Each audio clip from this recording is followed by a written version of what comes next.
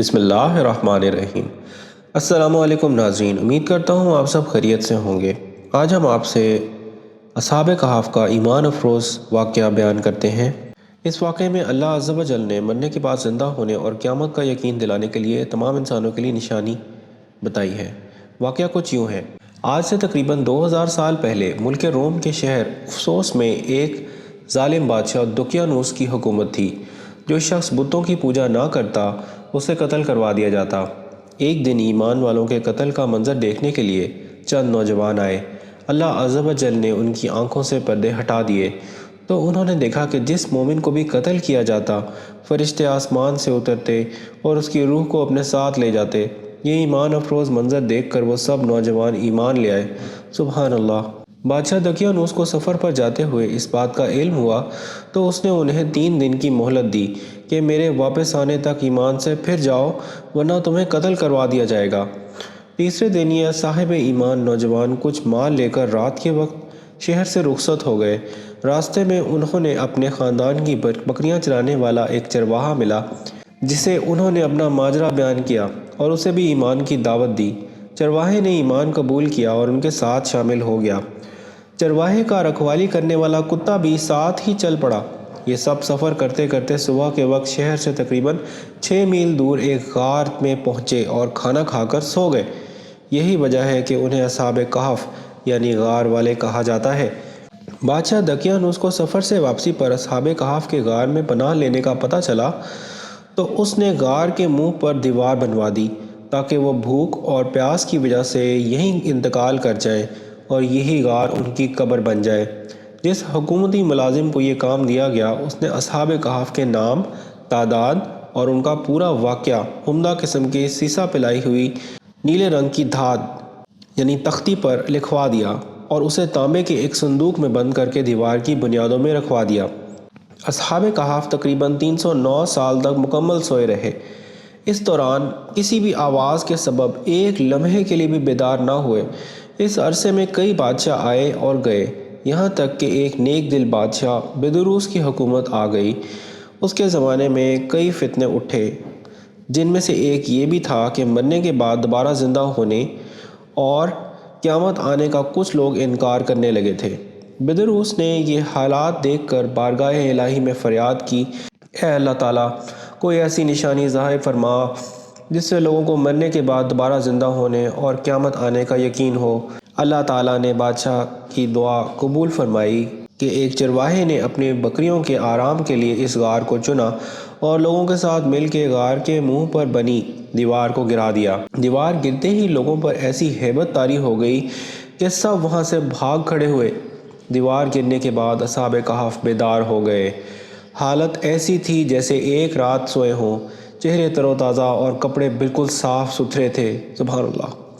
نیز ان کا کتا غار کے کنارے کلائیاں پھیلائے لیٹا تھا۔ اصحاب کہف صبح کے وقت سوئے تھے اور جب اٹھے تو سورج ڈوبنے میں کچھ وقت باقی تھا۔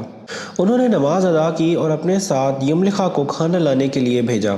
یملخا ایک تندور والے کی دکان پر گئے اور کھانا خریدنے کے لیے دقیانوسی دور کا سکہ دیا۔ صدیوں پرانا سکہ دیکھ کر بازار والے سمجھے کہ ان کے ہاتھ کوئی پرانا خزانہ آ گیا ہے۔ وہ یملخا کو حاکم کے پاس لے گئے۔ اس نے پوچھا، خزانہ کہاں ہے؟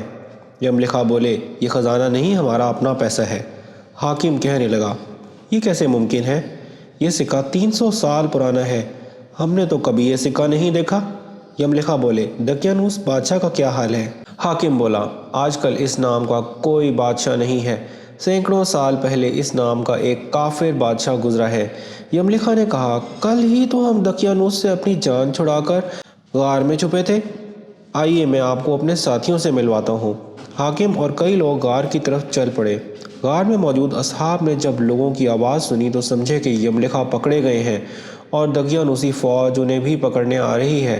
یملخا نے غار میں پہنچ کر ساتھیوں کو سارا ماجرا بتایا۔ حاکم نے غار کے کنارے صندوق دیکھا تو اسے کھلوایا۔ اندر سے تختی ملی جس پر اصحاب کہف کا حال لکھا تھا۔ حاکم نے یہ خبر بادشاہ بیدروس تک پہنچائی۔ وہ بھی آ گیا اور اس نے اصحاب کہف کا حال دیکھ کر سجدہ شکر کیا کہ اللہ عز و جل نے مرنے کے بعد زندہ ہونے اور قیامت کا یقین دلانے کے لیے نشانی عطا فرمائی۔ اس کے بعد اصحاب کہف غار میں آ کر سو گئے اور ان کی روح قبض کر لی گئی۔ بیدروس نے لکڑی کے صندوق میں ان کے مبارک جسم رکھے، غار کے قریب مسجد تعمیر کرنے کا حکم دیا اور لوگوں کے لیے دن مقرر کر دیا کہ ہر سال عید کی طرح وہاں آیا کریں۔ سبحان اللہ، یہ بہت ایمان افروز واقعہ ہے، اور یہ غار آج بھی پریزروڈ ہے جارڈن میں، اور اس کی انٹرنس میں اگر آپ جائیں تو اندر جا کے ایک چیمبر ہے اور ان کی قبریں ہیں اصحاب کہف کی۔ اگر ان کی تعداد دیکھی جائے تو ایک قول کے مطابق اصحاب کہف کی تعداد 7 تھی۔ ان کی ہڈیاں آج بھی اس غار میں موجود ہیں۔ روشنی کے لیے ایک روشن دان تھا جس میں اوپر سے روشنی آتی تھی نیچے کی طرف۔ اللہ اکبر، اللہ سب سے بڑا ہے، اس کا کوئی شریک نہیں، وہ اکیلا ہے اور وہ ہم سب کا مالک ہے اور خالق ہے۔ اسی نے ہمیں بنایا ہے اور ہمیں اسی کی طرف لوٹ کے جانا ہے۔ اللہ تعالیٰ نے ہم سب کا رزق لکھا ہوا ہے، اور جب تک ہم اس دنیا کے اندر ہیں وہ ہمارا مالک اور خالق ہے، اور جب ہمیں اس دنیا سے لے جائے گا تو پھر ہمیں موت کے بعد دوبارہ زندہ کرے گا۔ دوبارہ ہم اٹھیں گے جب ہم قیامت کے دن سور پھونکا جائے گا تو اللہ تعالیٰ ہم سب کو دوبارہ بنائے گا اور ہم اس کے حضور پیش ہوں گے۔